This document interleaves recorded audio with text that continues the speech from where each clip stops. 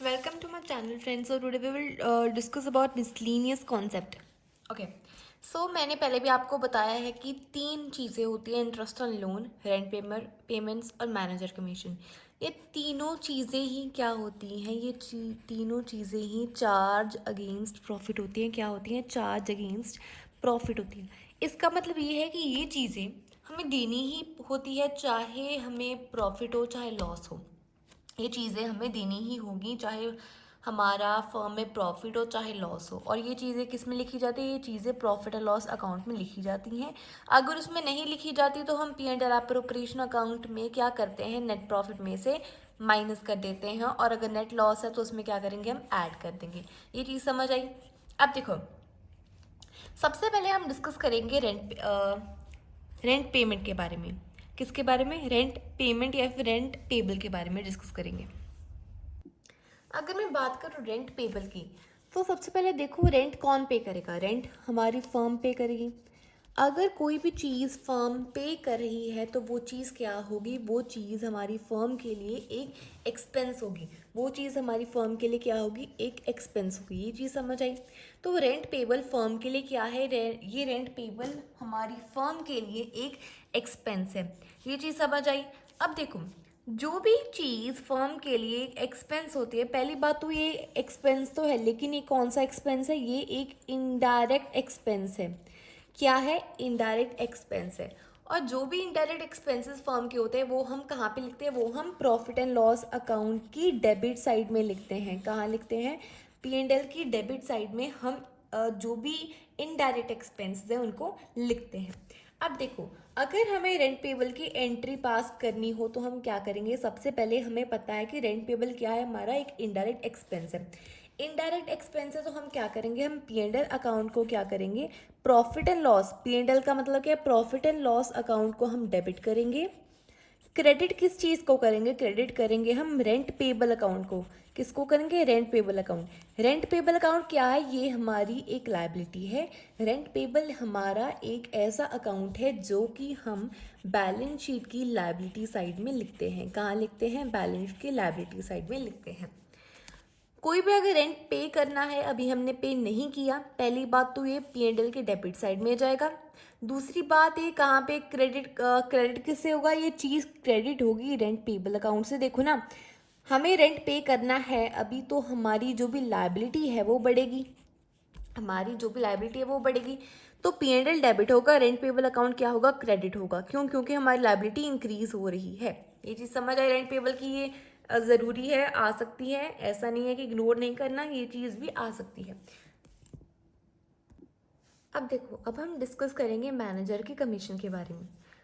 अब देखो, मैनेजर की कमीशन क्या होती है? पहली बात तो मैं यहाँ पे भी एक चीज़ बता दूँ कि जो रेंट पेबल है और मैनेजर कमीशन है, ये दोनों चीज़ें ही फर्म की एक्सपेंसेस है। मतलब फर्म के चाहे लाइबिलिटी मान लो चाहे एक्सपेंस मान लो, फर्म का खर्चा तो है लेकिन पार्टनर्स की इनकम नहीं है। मतलब कि ये दोनों चीज़ें ही हम पार्टनर के कैपिटल अकाउंट में नहीं ट्रांसफ़र करेंगे। मतलब कि मैं क्या कहने की कोशिश कर रही हूँ, देखो, जैसे कि नॉर्मली हम अगर कोई भी चीज़ फर्म की एक्सपेंस होता था, जैसे सैलरी था, इंटरेस्ट एंड कैपिटल था, उन चीज़ों को हम क्या करते थे? हम पार्टनर्स के कैपिटल अकाउंट में क्रेडिट करते थे। लेकिन रेंट पेबल और मैनेजर कमीशन फर्म के एक्सपेंसेस तो हैं, लेकिन ये चीज़ें पार्टनर्स की इनकम नहीं है। इसीलिए हम क्या कहते हैं? ये दोनों चीज़ें ही, both these things will not transfer to partners capital या फिर करंट अकाउंट। पार्टनर्स की कैपिटल या करंट अकाउंट में ट्रांसफ़र नहीं होंगे। ये चीज़ समझ आई? अब हम बात करते हैं मैनेजर कमीशन की। सबसे पहले ये सेम पॉइंट इसके लिए भी लागू होता है। मतलब कि हम मैनेजर की कमीशन, उसका तो एक्सपेंस है, लेकिन हम मैनेजर की कमीशन मैनेजर को देंगे, ना कि पार्टनर्स को। चीज़ समझ आई? अब अगर मैं मैनेजर कमीशन की बात करूं, अगेन ये क्या है? ये एक हमारी लायबिलिटी है। मैनेजर कमीशन फर्म की लायबिलिटी है और ये बैलेंस शीट की लायबिलिटी साइड में हम शो करते हैं। कहाँ शो करता है? बैलेंस शीट की लायबिलिटी साइड में हम इसे शो करते हैं। और जैसे कि मैंने बताया कि ये भी एक इनडायरेक्ट एक्सपेंस ही है। तो हम इसे कहाँ पे लिखेंगे, हम P&L अकाउंट की डेबिट साइड में, इसको भी हम मैनेजर P&L अकाउंट की डेबिट साइड में ही लिखेंगे। अगर हमने नेट प्रॉफिट में से इसको माइनस नहीं किया तो हम क्या करेंगे, हम P&L एप्रोप्रिएशन अकाउंट में नेट प्रॉफिट में से माइनस करेंगे और नेट लॉस में ऐड करेंगे, जो कि चीज़ मैं आपको पहले भी बता चुकी हूँ। ये चीज़ समझ आई। अब देखो, मैनेजर कमीशन हमेशा किस पे कैलकुलेट होता है, it is always calculated on net profit. मतलब कि मैनेजर की कमीशन हमेशा नेट प्रॉफिट के ऊपर ही कैलकुलेट होगी। लेकिन कौन सा नेट प्रॉफिट होगा ये डिपेंड करता है। अब देखो, मैनेजर कमीशन को फाइंड करने के लिए दो वेज होते हैं। कौन से? एक तो होता है, अगर मान लो मैनेजर कमीशन, उन्होंने कहा है कि क्वेश्चन में ये चीज़ गिवन है कि मैनेजर कमीशन, पहली बात तो देखो, मैनेजर कमीशन हमेशा नेट प्रॉफिट के ऊपर ही कैलकुलेट होगी। लेकिन ये चीज़ वेरी करती है क्वेश्चन टू क्वेश्चन कि वो जो नेट प्रॉफिट है वो बिफोर चार्जिंग सच कमीशन है, बिफोर चार्जिंग सच कमीशन है, या फिर आफ्टर चार्जिंग सच कमीशन। अब देखो इन दोनों में क्या डिफरेंस है। पहले तो मेरी आप ये बात सुनो कि बिफोर चार्जिंग का मतलब, देखो मान लो कि मेरे पास जो नेट प्रॉफिट है वो कितना है, नेट प्रॉफिट है 2 लाख का नेट प्रॉफिट है। अब 2 लाख के ऊपर सीधा सीधा क्वेश्चन में गिवन है कि इसका 2 लाख का 10% क्या है, मैनेजर की कमीशन। तो मैं सीधा सीधा इसका 20,000 क्या करूँगी, मैनेजर की कमीशन लिख दूंगी। लेकिन अगर मेरे को क्वेश्चन में ये गिवन है कि मैनेजर की कमीशन 10% है, लेकिन नेट प्रॉफिट के ऊपर ही है, लेकिन आफ्टर चार्जिंग सच कमीशन है, मतलब कि मान लो मैंने मैनेजर की कमीशन एक्स है, मेरी क्या है, मेरी मैनेजर की कमीशन एक्स है। सो मैं उस कमीशन को माइनस करूंगी पहले हमारे नेट प्रॉफिट में। सो जो भी मेरे पास अमाउंट आएगी, इस अमाउंट के ऊपर वो परसेंटेज लगेगी और वो परसेंटेज मैनेजर को जाएगी। अभी आपको समझने नहीं आएगा, लेकिन मैं आपको एक एग्जाम्पल की मदद से समझाती हूँ। देखो, मान लो हमें ये चीज़ गिवन है कि हमारा नेट प्रॉफिट कितना है, हमारा नेट प्रॉफिट हमें गिवन है 11 लाख, मान लो गिवन है हमारा नेट प्रॉफिट कितना है, 11 लाख मान लो हमारे पास नेट प्रॉफिट है। ठीक है, ये चीज़ समझ आई। और जो भी मान लो जो क्या कहते हैं उसे, मैनेजर की कमीशन है, वो रेट, हाँ रेट हमें गिवन है 10%। कितना गिवन है, 10%। अब देखो, अगर हमें क्वेश्चन में गिवन है कि 10% रेट है इसके ऊपर बिफोर चार्जिंग सच कमीशन, तो हम इजीली फॉर्मूला कौन सा लगाएंगे, जो भी हमारी कमीशन होगी वो किसके इक्वल होगी, वो हमारी इक्वल होगी जो भी हमारी अमाउंट है उसमें से हम मल्टीप्लाई करेंगे। नेट अमाउंट कह रही हूँ, जो भी नेट प्रॉफिट है उसको हम मल्टीप्लाई करेंगे, किससे मल्टीप्लाई करेंगे, रेट अपॉन 100 से। किससे मल्टीप्लाई करेंगे, रेट अपॉन 100 से, अगर बिफोर चार्जिंग है तो। अब देखो, मेरे पास 11 लाख मुझे वो गिवन है नेट प्रॉफिट, 10% रेट, इसके अकॉर्डिंग मेरा 1,10,000 क्या आ जाएगा, मैनेजर की कमीशन आ जाएगा। अगर मैं बात करूं आफ्टर चार्जिंग सच कमीशन की, अब इस केस में क्या गिवन होता है, इस केस में हमें पहले देखो बिफोर और आफ्टर में मेनली हमें क्या होता है, हमारा जो भी फॉर्मूला होता है, हमारे पास एक फॉर्मूला होता है। देखो, जो भी कमीशन है वो net profit into rate upon 100 plus rate के इक्वल होती है। देखो समझ आई बात। अब जो भी पहले मेरी बात सुनो कि होता क्या है। देखो, अगर मैं बात करूं इस नेट प्रॉफिट की कि अगर मेरे मैनेजर की जो कमीशन है वो मेरे को गिवन है कि आफ्टर चार्जिंग है, क्या है, आफ्टर चार्जिंग है, तो मैं क्या करूंगी, देखो मेरे को जो भी नेट प्रॉफिट गिवन है, मैं वैसे बता रही हूँ कि कैसे कैलकुलेट की जाती है। नेट प्रॉफिट में से मैं मान लो उस कमीशन को, मैनेजर की कमीशन को माइनस करूंगी, और जो भी मेरे पास प्रॉफिट आएगा, इस प्रॉफिट के ऊपर क्या लगता है, इस प्रॉफिट के ऊपर वो जो रेट होता है वो लगता है।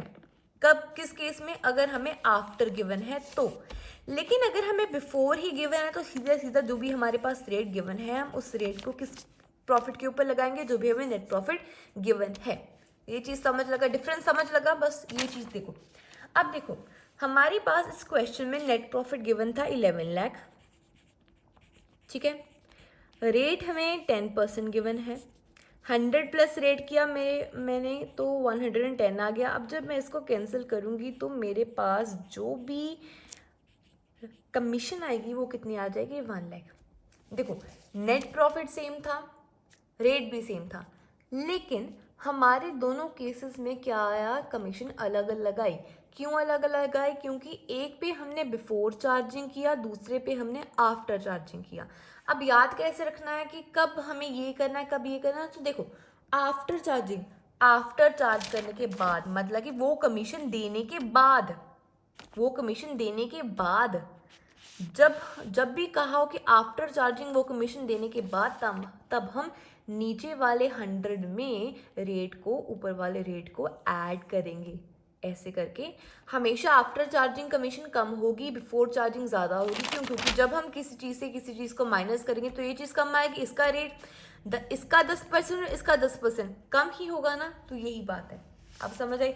अब देखो, अब अगर मैं बात करती हूँ यहाँ पे बहुत ही इंपॉर्टेंट बात है, वो चीज़ ये है कि देखो, अब अगर क्वेश्चन में ऐसा गिवन हो कि जो भी मेरी कमीशन है वो आफ्टर चार्जिंग है, तो मैं हमेशा रेट को ऐड करूँगी। और अगर नहीं गिवन तो सीधा सीधा मैं नॉर्मली केस, जैसे हम नॉर्मली फाइंड आउट करते हैं रेट लगाकर, वैसे मैं कर लूँगी। समझ आया? अब देखो, मेरे को इस क्वेश्चन में आफ्टर चार्जिंग वाले, अगर मैं क्वेश्चन की बात करूँ, मेरे को नेट प्रॉफिट कितना गिवन था? मेरे को नेट प्रॉफिट गिवन था 1 लाख, सॉरी मेरे को प्रॉफिट गिवन था 1 लाख। अब इस 1 लाख में से मैं माइनस करूँगी कमीशन। कमीशन मेरी कितनी आई? कमीशन मेरी आई 1 लाख। मैंने 1 लाख कमीशन माइनस किया और मेरे पास 10 लाख क्या आ गया? 10 लाख मेरे पास प्रॉफिट आ गया। अब इस प्रॉफिट पे मैं रेट लगाऊंगी, इस प्रॉफिट पे मैं क्या लगाऊंगी? रेट लगाऊंगी। इसका रेट कितना हमें गिवन है? 10% है, मैंने लगाया, मेरे पास कितना आ गया? 1 लाख मेरे पास क्या आ गया? मेरे पास 1 लाख मेरी कमीशन आ गई। किस केस में? आफ्टर में। यही थी ना? हाँ, बस यही है, इसमें और कुछ नहीं है। अब अगर मैं बात करती हूँ इंटरेस्ट ऑन लोन की, तो देखो, अब अगर मैं इंटरेस्ट ऑन लोन की बात करती हूँ तो हमें क्या है, जो इंटरेस्ट है वो दो तरीके का होता है। मतलब कि या तो ये इंटरेस्ट हमें रिसीवेबल होगा, या तो यही इंटरेस्ट हम पे करेंगे। देखो, हमें इंटरेस्ट कब रिसीव होगा? अगर फर्म ने किसी को लोन दिया है तो उस लोन के ऊपर फर्म को इंटरेस्ट मिलेगा। और अगर वही फर्म ने किसी से लोन लिया है तो फर्म उस लोन पे इंटरेस्ट देगी। किसको देगी? पार्टनर्स को, या फिर किसी भी और इंसान को वो फर्म क्या करेगी? उस पर लोन देगी। देखो, इंटरेस्ट रिसीवेबल तब होगा अगर फर्म ने लोन दिया है, और इंटरेस्ट पेबल तब होगा अगर फर्म ने लोन लिया है, मतलब कि loan taken by firm, loan given by firm. समझ आया बात? अब देखो, अगर मैं लोन रिसीवेबल की बात करूं तो एक चीज़ है, अगर मैंने लोन रिसीवेबल को कैलकुलेट करना है तो मेरे को दो चीज़ें देखनी है। पहली बात तो, अगर इसके बारे में कुछ भी पार्टनरशिप डीड के में गिवन है, अगर कुछ भी इसके बारे में पार्टनरशिप डीड में गिवन है तो जो भी इसका रेट होगा वो एज पर डीड ही होगा। क्या होगा? एज पर डीड ही होगा। मान लो डीड में मेरा ये चीज़ गिवन है कि जो भी इंटरेस्ट, जो भी मान लो फर्म ने पार्टनर ए को 10 लाख लोन दिया, उस 10 लाख लोन के ऊपर 10% क्या होगा? इंटरेस्ट रिसीव होगा। किसको रिसीव होगा? फर्म को रिसीव होगा। तो ये चीज़ किस में गिवन है? ये हमारी डीड में गिवन है, तो जो भी रेट होगा ना वो भी एज पर डीड ही होगा। लेकिन अगर डीड में ये चीज़ नहीं गिवन होती, अगर ये चीज़ डीड में गिवन नहीं होती तो नल, मतलब कि इसका क्या मतलब है, अगर डीड में कुछ भी नहीं गिवन कि कितना रेट है या कितना लेना है या देना है, तो क्या होगा? तो फर्म कुछ भी लोन नहीं लेगी पार्टनर से, फर्म कुछ भी लोन नहीं लेगी। समझ आई बात? अगर डीड में गिवन है तो उतना रेट लगा के फर्म उतना ले लेगी, अगर कुछ भी नहीं गिवन तो फर्म को कुछ भी नहीं मिलेगा as a interest on loan. अगर मैं बात करूँ इंटरेस्ट पेबल की, अगर मैं इंटरेस्ट पेबल की बात करती हूँ तो देखो, इंटरेस्ट पेबल कब होगा? जब फर्म ने पार्टनर्स को लोन दिया तो फर्म पार्टनर्स क्या करेंगे? पार्टनर्स उस लोन के ऊपर फर्म से क्या लेंगे? फर्म से लेंगे लोन। देखो ना, फर्म ने अगर पार्टनर से लोन लिया तो बदले में पार्टनर्स क्या करेंगे, पार्टनर्स बदले में उस लोन के ऊपर क्या लेंगे, इंटरेस्ट लेंगे। समझ आई बात। अब देखो इसमें भी दो केसेस हैं। अगर तो डीड में गिवन है तो जो भी रेट होगा वो एज पर डीड ही होगा कि कितना पार्टनर्स को मिलेगा। अगर डीड में नहीं गिवन, अब ये चीज़ इंपॉर्टेंट है, देखो अगर डीड में नहीं गिवन के पार्टनर्स को कितना इंटरेस्ट मिलेगा तो पार्टनर्स क्या करेंगे, 6% पर एनम के अकॉर्डिंग क्या करेंगे, लेंगे। देखो दोबारा, अगर इंटरेस्ट पेबल है डीड में नहीं गिवन तो 6% पर एनम होगा, लेकिन अगर रिसीव हो रहा है डीड में कुछ नहीं गिवन तो कुछ भी नहीं मिलेगा। बहुत ही इंपॉर्टेंट चीज़ है। दोबारा देखो, पार्टनर्स को जो भी, देखो ना यही है कि जो डीड होती है वो ज़्यादा पार्टनर्स के फेवर में होती है। ये चीज़ मान लो कि जो डीड है वो पार्टनर्स के फेवर में होती है।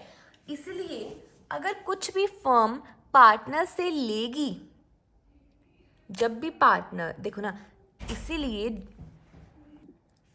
तो मेन यही है इस क्वेश्चन, इस चीज़ में कि अगर तो इंटरेस्ट पेबल है, इंटरेस्ट पेबल मतलब कि अगर तो फर्म ने पे करना है और कुछ भी नहीं गिवन तो फर्म पे करेगी ही करेगी। हमेशा फर्म को, तब मैंने बोला ना डीड किसके फेवर में होती है, पार्टनर्स के फेवर में। तो पार्टनर्स को तो हमेशा मिलेगा ही मिलेगा। इंटरेस्ट ऑन लोन चाहे गिवन हो चाहे ना हो, पार्टनर्स को मिलेगा मिलेगा, लेकिन फर्म को नहीं मिलेगा। फर्म को नहीं मिलेगा अगर कुछ भी डीड में गिवन नहीं है तो। ठीक है। अब देखो, अगर मैं अकाउंटिंग ट्रीटमेंट की बात करूँ दोनों केसेस में ही, अगर तो इंटरेस्ट रिसीवेबल है, अगर तो इंटरेस्ट रिसीवेबल है तो खुद सोचो, इंटरेस्ट रिसीवेबल है तो पार्टनर्स को कोई चीज़ मिलेगी। तो इस केस में क्या होगा, इस केस में जब भी कोई चीज़ पार्टनर्स को फर्म को मिल रही है, देखो ना, इस केस में फर्म को मिल रहा है इंटरेस्ट, तो क्या होगा, P&L अकाउंट डेबिट होगा, क्रेडिट होगा। देखो ना, ये इंटरेस्ट रिसीवेबल किसकी इनकम है, फर्म की इनकम है, तो हम क्या लिखेंगे, to profit and loss account, मतलब कि जो भी हमारा P&L अकाउंट होगा वो क्या होगा, क्रेडिट होगा। डेबिट किससे होगा, देखो इंटरेस्ट जो लोन है ये किससे मिल रहा है, पार्टनर से। किससे लेगा इंटरेस्ट, जो फर्म है वो इंटरेस्ट किससे लेगा, पार्टनर से लेगा। सो डेबिट क्या होगा, डेबिट होगा यहाँ पे पार्टनर्स का कैपिटल अकाउंट, कैपिटल या फिर करंट अकाउंट किसका डेबिट होगा, पार्टनर्स का।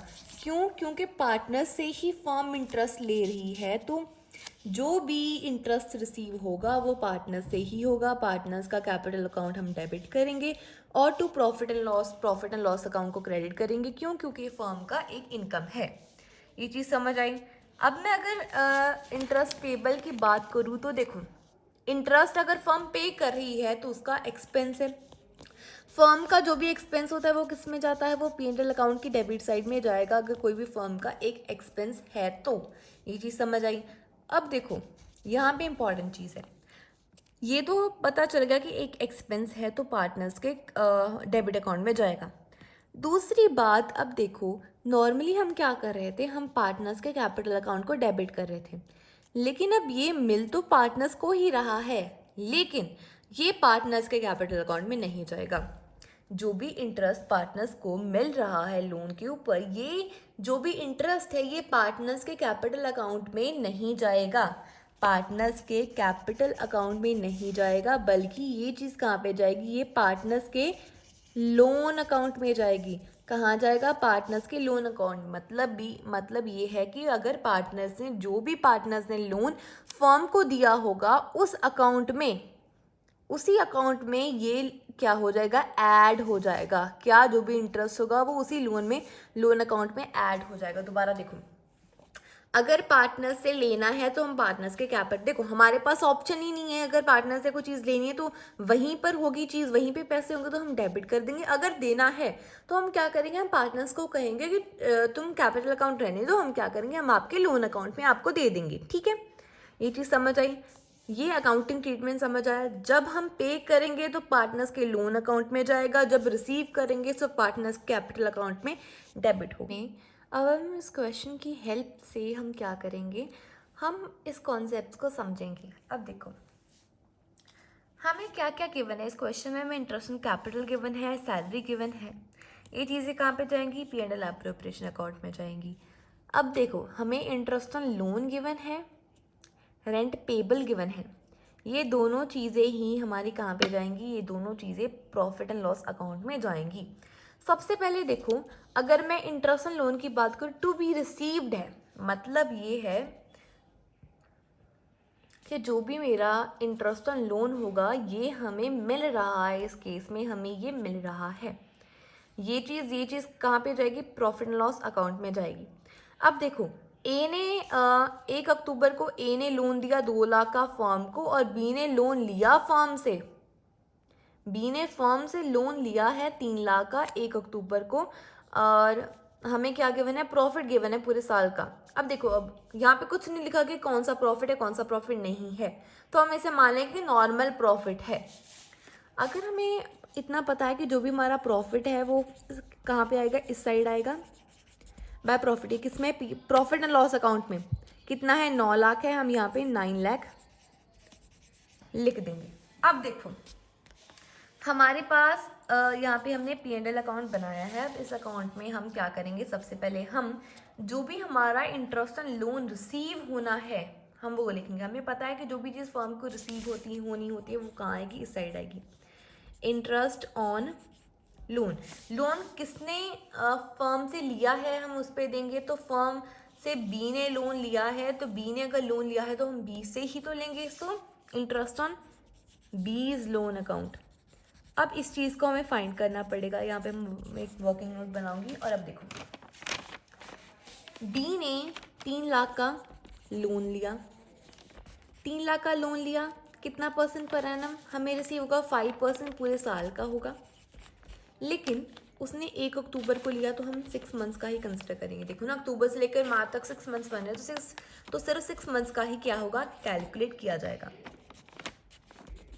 अब जब मैं इसको कैलकुलेट करती हूँ तो मेरे पास आएगा यहाँ पे 6,000 सॉरी 7,500। कितना आएगा? 7,500 आएगा। अब ये 7,500 कहाँ पे जाएगा? इंटरेस्ट ऑन लोन बीज अकाउंट। ये चीज़ समझ आएगी। अब आगे क्या है? आगे मेरे पास है रेंट पेबल 50,000, मतलब कि हमने रेंट पे करना है 50,000। हमें पता है कि ये फर्म का क्या एक एक्सपेंस है, तो कहाँ पे जाएगा? प्रॉफिट एंड लॉस की डेबिट साइड में जाएगा। रेंट पेबल 50,000, रेंट पेबल क्या है? 50,000 है। टू किस नाम से जाएगा? रेंट पेबल अकाउंट के नाम से 50,000 ये यहाँ पे जाएगा। अब देखो, ये मेरा हो गया। अब मैं बात करूंगी, हमारे एक और लोन हमें गिवन है इस क्वेश्चन में, वो क्या है? ए ने जो भी फर्म को दिया है, ए ने हमें 2 लाख का फर्म को लोन दिया है। तो मैंने आपको पहले भी बताया, अगर हमें कुछ नहीं गिवन इसके बारे में कि जो भी देखो ना, इस ए ने फर्म को लोन दिया है, ए ने फर्म को लोन दिया है, मतलब कि ये फर्म की लायबिलिटी है। अब हमें अगर क्वेश्चन में ये नहीं गिवन कि इस लोन के ऊपर कितना इंटरेस्ट है, ये देना भी है कि नहीं, तो हम हमेशा मानेंगे कि 6% पर एनम ही हम देंगे। दोबारा देखो, जब भी फर्म लोन लेगी, जब भी फर्म लोन लेगी किसी और से, तो फर्म को देना ही पड़ेगा। कितना? अगर कुछ नहीं गिवन तो 6% पर एनम। अब इसके अकॉर्डिंग देखो ना, फर्म ने ए से 2 लाख का लोन लिया, उसके ऊपर हम 6% ये लगाएंगे। और जैसे कि हमें कुछ नहीं गिवन के कितना है तो कितना नहीं, तो हम मानेंगे पहले ये 6% का है तो हमें कुछ नहीं गिवन, तो हम मानेंगे कि 6% होगा। और 1 अक्टूबर को लिया है तो हम क्या मानेंगे? 6 मंथ्स का ही ऊपर लोन लगेगा। 1 2 1 3, ये कितना आ गया? 6,000 क्या आ गया? जो भी हमें एक और लोन ए के लोन के ऊपर जो भी हमने इंटरेस्ट देना वो कितना आ गया? 6,000 आ गया। ये कहाँ पे जाएगा? ये भी फॉर्म का खर्चा चाहिए तो ये इस साइड जाएगा, इस साइड जाएगा, इस साइड जाएगा 6,000। क्या लिखेंगे? To interest on as loan account. समझ आई बात?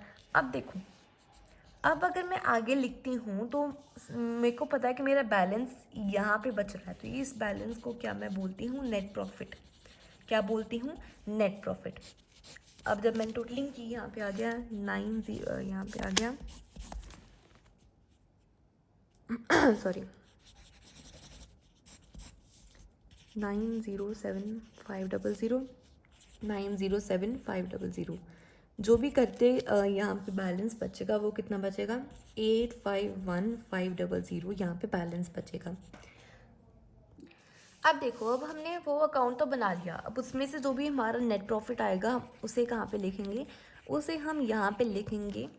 जो भी हमारा नेट प्रॉफिट आया था वो कितना था 851500, यहाँ पे लिख दिया।